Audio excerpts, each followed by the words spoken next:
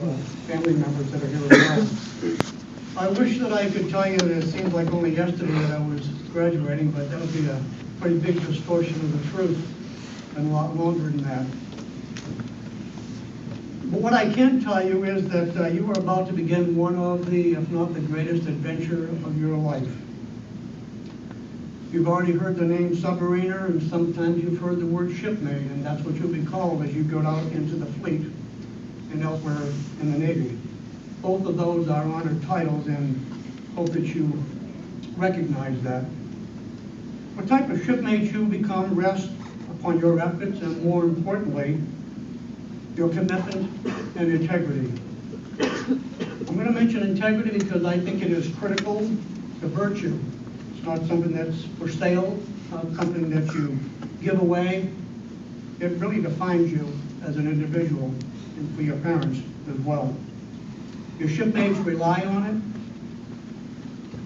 Whether you're going directly to a boat or whether you're going to attend another school, I wish you the very, very best. Much will be expected from each of you. Whatever you do, be your best and do your best. I want to thank you for your service. I want to thank you for allowing Sub-Vet to be part of your graduation today.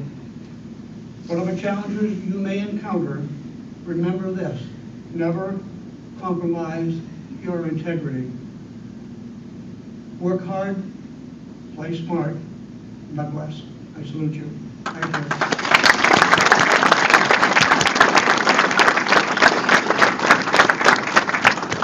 Our guest speaker today is Master Chief Joe Wilk. Master Chief Wilk joined the Navy in July 1987 from his hometown of Lewisburg, Pennsylvania. He attended crew training at RTC Great Lakes, Illinois. Following graduation from the crew training from September 1987 to December 1988, he attended BEST, Electronic Technician A School, and Electronic Technician C School in Rockford, Connecticut. After graduation, he reported to USS Hoagee in San Diego, California, as a Petty Officer Third Class. While on board, he advanced to Petty Officer Second Class and was the only second class on board, serving as Chief of the Watch and Duty Chief Petty Officer. In December 1992, he transferred to Naval Recruiting District, Pittsburgh. He was selected as Rookie Recruiter of the Year in 1993, Recruiter of the Year in 1994, and advanced under the Recruiter Excellence Incentive Program to Petty Officer First Class. His recruiting station, Navy Recruiting Station, Mechanicsburg, Pennsylvania, was selected as Station of the Year 2 consecutive years. In February 1996, he reported to USS Sandlands in Rockford, Connecticut. While stationed on board Sandlands, he served as Electronic Technician, Leading Petty Officer, and Command Career Counselor. Petty Officer Wilk was selected as USS Sandlands Sailor of the Year for 1996. Toward the end of this tour, he was selected to advancement to Chief Petty Officer. In August 1998, he reported to Naval Submarine School, where he served in various positions throughout the Navigation Operations Department. In August 2001, he reported to USS Memphis, where he served as Communication Division Leading Chief Petty Officer and EKMS Manager. Master Chief Wilk was advanced to Senior Chief in April of 2002. He remained on board Memphis as the Navigation Operations Department Enlisted Advisor. While in Memphis, he completed his qualifications as Chief of the Boat and was selected to ComSubROM 2 staff. He reported to ComSubROM 2 in February 2006 and was promoted to Master Chief Petty Officer in 2007. Upon completion of his tour at SubROM 2, he attended the Senior Enlisted Academy and Chief of the Boat Command Master Chief Course. Master Chief Wilk reported as Chief of the Boat to the USS Philadelphia in February 2009. USS Philadelphia just returned home from a successful extended deployment to the Persian Gulf in support of the global war on terrorism. Please welcome Master Chief Wilk.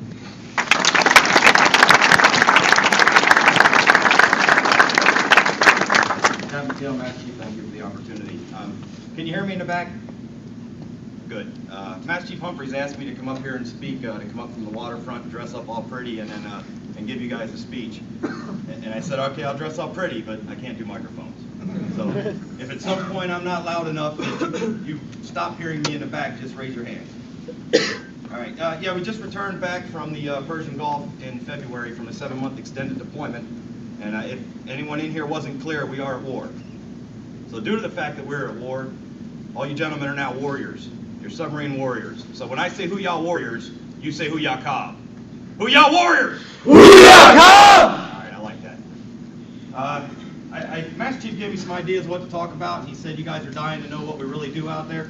So I'm going to walk through our 7-month deployment, and can't give you the specifics of what we do, but I'll try to give you as much as I can. We left here in late June, early July of last year. We went down to Kings Bay, Georgia. I don't know if anyone saw in the newspaper last summer something about the Russians deploying a submarine down here off the east coast of the United States of America. Well, the United States of America deployed a couple submarines to go see what was going on too. From the time that we spent down here, about 3 or 4 weeks we spent off the east coast on our forward extended deployment. We then left over for EURCOM over in Europe. We went to CTF-69, did relatively the same thing we were doing off the east coast of the United States of America, and we spent approximately 3 weeks there, and we pulled into Faslane, Scotland.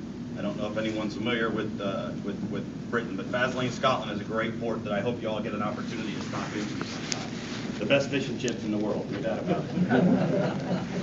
There's other things that are a lot of fun there too, but the fish and chips are good. So from Faslane, we shot through the Mediterranean and went straight through the Suez Canal. A very eventful day in a submarine's life is the transit to Suez Canal. Gunship behind you, force protection security watches up in your sail, machine guns on the top deck, and me dressed up as Santa Claus so the entire crew can get pictures with Santa Claus going through the Suez Canal. I'm glad that didn't show up on the national news. So after we left the Suez Canal, we entered into the Persian Gulf, and we did a couple of missions actually into the Red Sea area first. And we did a couple of missions in the Red Sea in direct support of the global war on terrorism, which is about all I can tell you. And then after we left the Red Sea, we entered up into the Persian Gulf area through the Straits of Hormuz by Iran and pulled into Bahrain. That was about our halfway point of deployment. Bahrain is just north of United Arab Emirates over there. I hope you're up with geography of that area because you will be. We spent 10 glorious days in Bahrain where I saw my first National Football League game of last year after I missed the entire first half of the season. So I got to see Brett Favre in a Vikings uniform. Brett Favre's a hero, first of all. Okay, so we left Bahrain and we did some more missions in the Persian Gulf and just outside of the Straits of Hormuz. And then we had the pleasure of pulling into what I call a truck stop of Fujairah. Fujairah is a small little town in the United Arab Emirates, and it's not really geared up for a Liberty port for United States submarines, but we're working and investing some money in that area so that we can make that a decent Liberty port, a good stop for submarines to get maintenance repairs, and it's a little bit easier for us because it's outside of the Persian Gulf, so it's easier for us to get in and out of there. So there's really not a lot of fun that I can tell you we had in Fujairah, although the crew tends to get off the boat and have a good time anywhere we go. We did do a little bit of sightseeing while we were there. Not too much though. So then out of Fujairah, one more mission, back into the Red Sea, through the Red Sea, back through the Suez Canal, and it was December this time, so I did the Santa Claus thing again, so that anyone who didn't get their picture taken the first time could have an opportunity to do it the second time, and send their pictures home. So, but this time I was Santa Claus with a Mark 43 machine gun, and we protected Santa Claus going through the canal. That's the way we send that as a chunk to our families. After the Suez Canal, we pulled into Ceuta Bay Crete and Gibraltar. Gibraltar is a British colony that's in Spain, is effectively where it's right on the tip as you come into the Mediterranean. And Gibraltar was a great time. It was a fabulous opportunity for the crew. Again, I hope it's another port you guys get a chance to pull into. We really enjoyed ourselves there, and we were really welcomed there a lot by the Brits. Left Gibraltar, did that little operational reactor nuclear inspection that all of you are also going to have the pleasure of going through, and we returned to port here in Groton on February 3rd to probably 200 family members. So I didn't give you specifics on what we did, but I will tell you when you look in the news and it talks about the global war on terrorism, what you normally see in the news is that American military members were killed in Iraq today. American military members were killed in Kuwait, or I'm sorry, not Kuwait, but Afghanistan. What you don't see in the news is 1,000 American military members that were not killed today. That's what you do. That's what